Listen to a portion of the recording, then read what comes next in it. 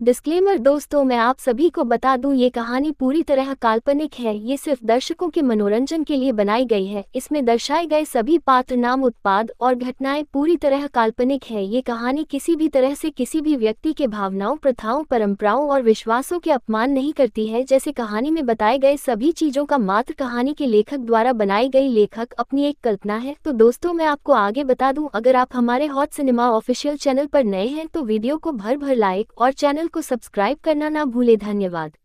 Chapter 11 प्रतिद्वंद्वी। छायामार्गी बनने के बाद विराज सक्सेना ने अब तक कई छोटे बड़े अपराधियों और भ्रष्टाचार के जाल को तोड़ा था, लेकिन इस बार उसे ऐसे दुश्मन का सामना करना था जो न केवल शक्तिशाली था बल्कि राजनीतिक तंत्र में भी गहरी पैठ रखता था। यह व्यक्ति था कालिया। कालिया का परिचय। कालिया, जिसे असली नाम से शायद ही कोई जानता हो, एक कुख्यात गिरोह का सरगना था।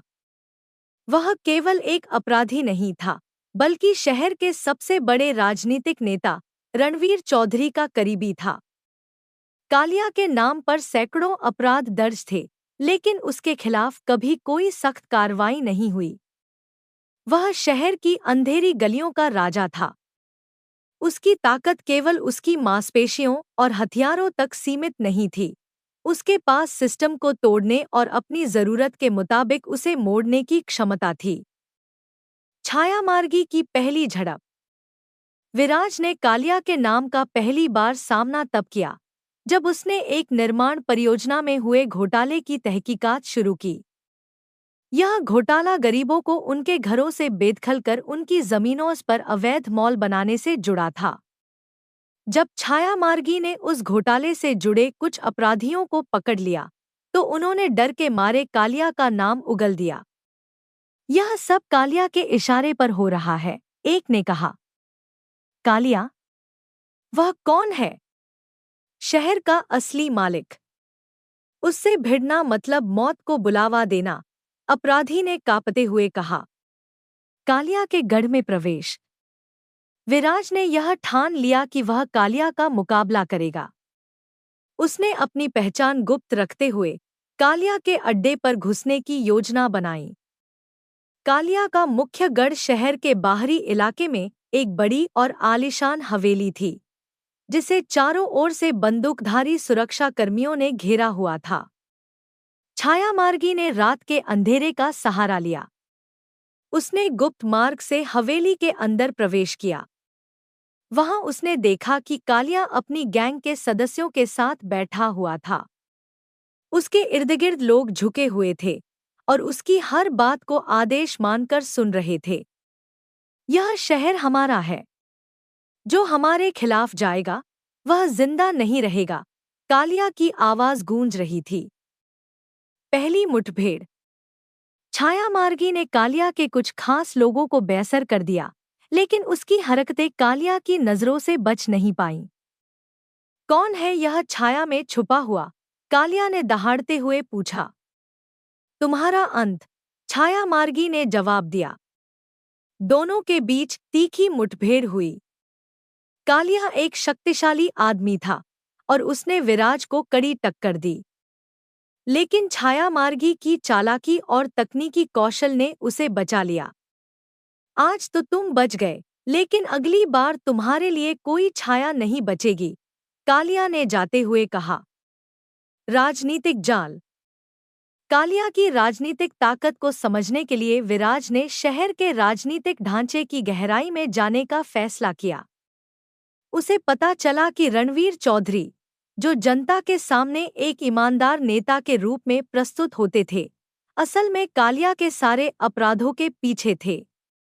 रणवीर चौधरी ने अपने राजनीतिक प्रभाव का इस्तेमाल करके कालिया को कानून से बचाया और बदले में कालिया ने उनके विरोधियों को खत्म किया। यह एक ऐसा गठजोड़ था जिसने शहर को भ्रष्टाचार के दलदल में धकेल दिया था। दोहरी चुनौती।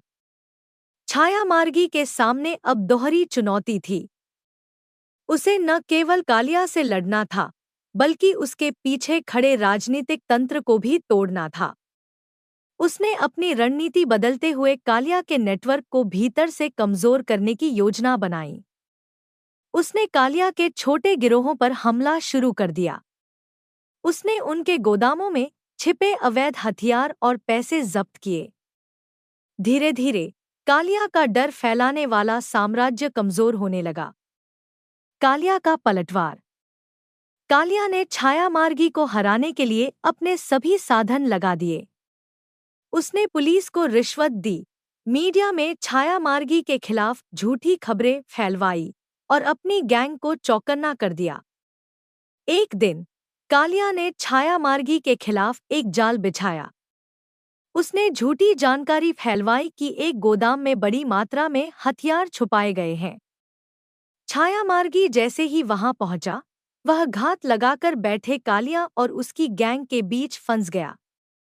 अब बचने का कोई रास्ता नहीं है, कालिया ने हंसते हुए कहा।